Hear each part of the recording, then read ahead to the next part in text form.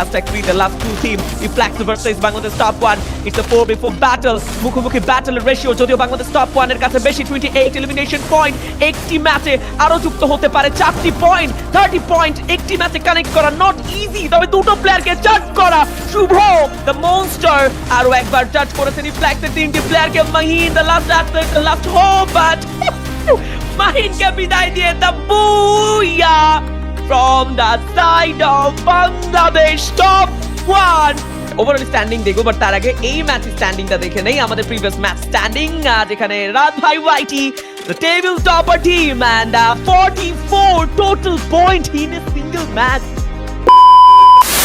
WhatsApp ভাই brother, কি অবস্থা তোমাদের সবার? আশা করি আল্লাহর রহমতে অনেক বেশি ভালো আছো। ইনশাল্লাহ আমিও ভালো আছি। তো প্রায় 4 দিন পরে আমার এই ইউটিউব চ্যানেলে ভিডিও নিয়ে হাজির হলাম। তো আজকের ভিডিওতে অনেক ধামাকা লেভেলের কথা চলবে, তো আজকের ভিডিওটা স্কিপ করা বাদ দিয়ে লাস্ট পর্যন্ত দেখতে থাকো।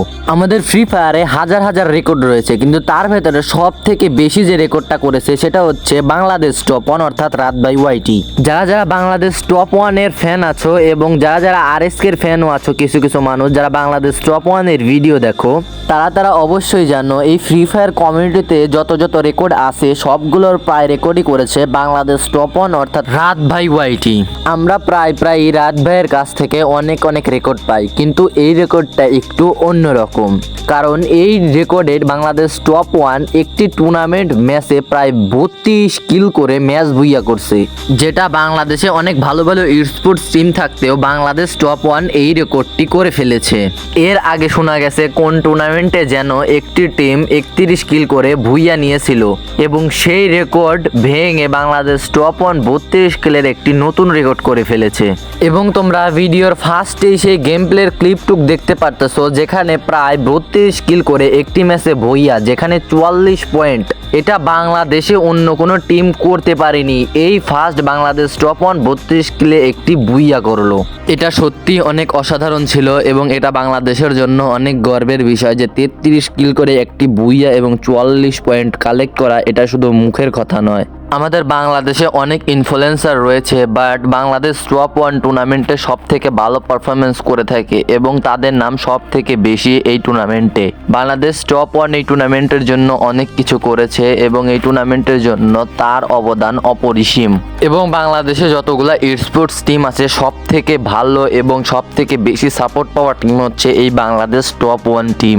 এটা ইনফ্লুয়েন্সারদের ভেতরে সব থেকে ভালো স্পোর্টস টিম এই রাত বাই ওয়াইটি টিম। এই টিম অনেক ভালো পারফরমেন্স করে এসেছে এবং বাংলাদেশ টপ 1 এর অসংখ্য ভক্ত রয়েছে এবং লাখ লাখ সাবস্ক্রাইবার রয়েছে এবং তার যেমন সাপোর্টার রয়েছে এবং তার অনেক হেটার্স রয়েছে যারা বাংলাদেশ টপ 1 কে হেড দেয়।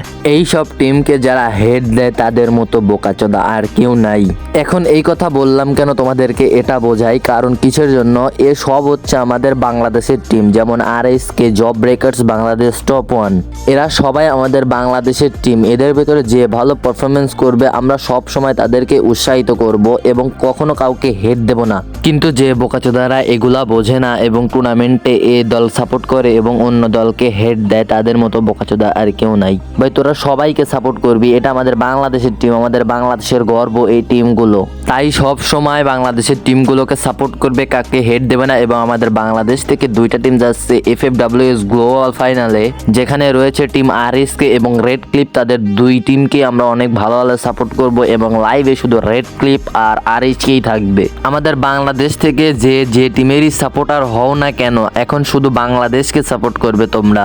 এতদিন আলাদা আলাদা টিম ছিল, কিন্তু এখন পুরো একটা বাংলাদেশ হিসেবে গড়ে উঠেছে এই টিমগুলো। এখানে যারা জব ব্রেকার্স এর ফ্যান আছো আরএসকে কে হেড দেবে, অথবা বাংলাদেশ টপ 1 এর ফ্যান আছো আরএসকে কে হেড দেবে, এরকম কেউ কাউকে হেড দেবে না। এ সব আমাদের বাংলাদেশের টিম। সবাই যত খারাপ খেলুক বা ভালো খেলুক, মোট কথা এটা হচ্ছে আমাদের বাংলাদেশের টিম। আমরা সবসময় এই বাংলাদেশি টিমগুলোকে সাপোর্ট করব। তো আজকের মতো হয়তো এখানেই বিদায় নেব। সবাই ভালো থাকবেন, সুস্থ থাকবেন, আল্লাহ হাফেজ।